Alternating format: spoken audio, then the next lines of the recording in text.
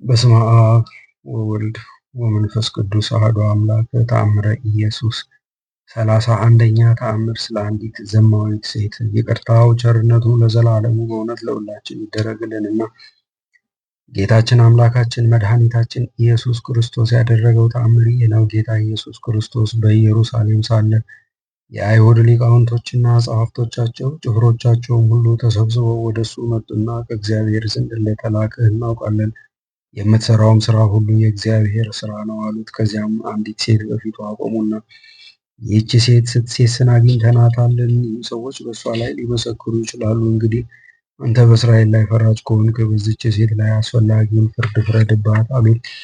ጌታ ኢየሱስም ይህን ነገር በሰማ ጊዜ ወደ ሴትዮዋ ተመለከተ።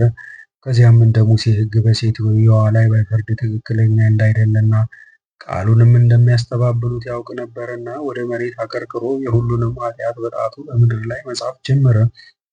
ዳግመኛም ራሱን ወደ እነሱ አንቅንቶ እንደ ሕጉ በድንጋይ ተወግራ መሞት ይገባታልና ፍርዱ ወደሚፈጸምበት ውሰዷትና በእኔ ፊት በድንጋይ ተወግሯት ዘንድ ዳግመኛ ወደዚህ አምጧት አላቸው። እነሱም የሴትዮዋን ፍርድ ወደሚፈጸምበት ቦታ ወሰዷት። የምትወገርበትንም ድንጋይ ካዘጋጁ በኋላ ተመልሰው ወደ ጌታ ኢየሱስ ቀረቡ። እሱም እንደገና ጎንበስ ብሎ በመሬት ላይ በእጁ እየጻፈ ከእናንተ ወገን ኃጢአት የሌለበት ይውገራት አላቸው። ጽሑፉን ባዩና ነገሩንም በሰሙ ጊዜ ሁሉም ወጥተው ሄዱ። ጌታ ኢየሱስም ራሱን አቅንቶ በተመለከተ ጊዜ ከዚች ለፍርድ ከቀረበች ሴት በስተቀር ከአይሁድ ሰዎች ወገን ማንንም አላገኘም።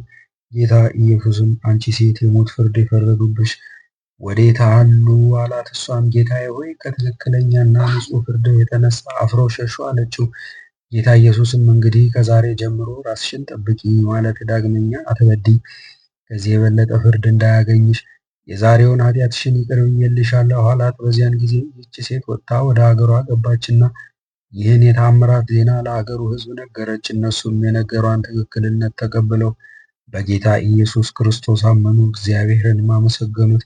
የጌታችን ኢየሱስ ክርስቶስ ልዩ ስጦታው ለዘላለሙ ከእኛ ጋር ይሁን በእውነት አሜን።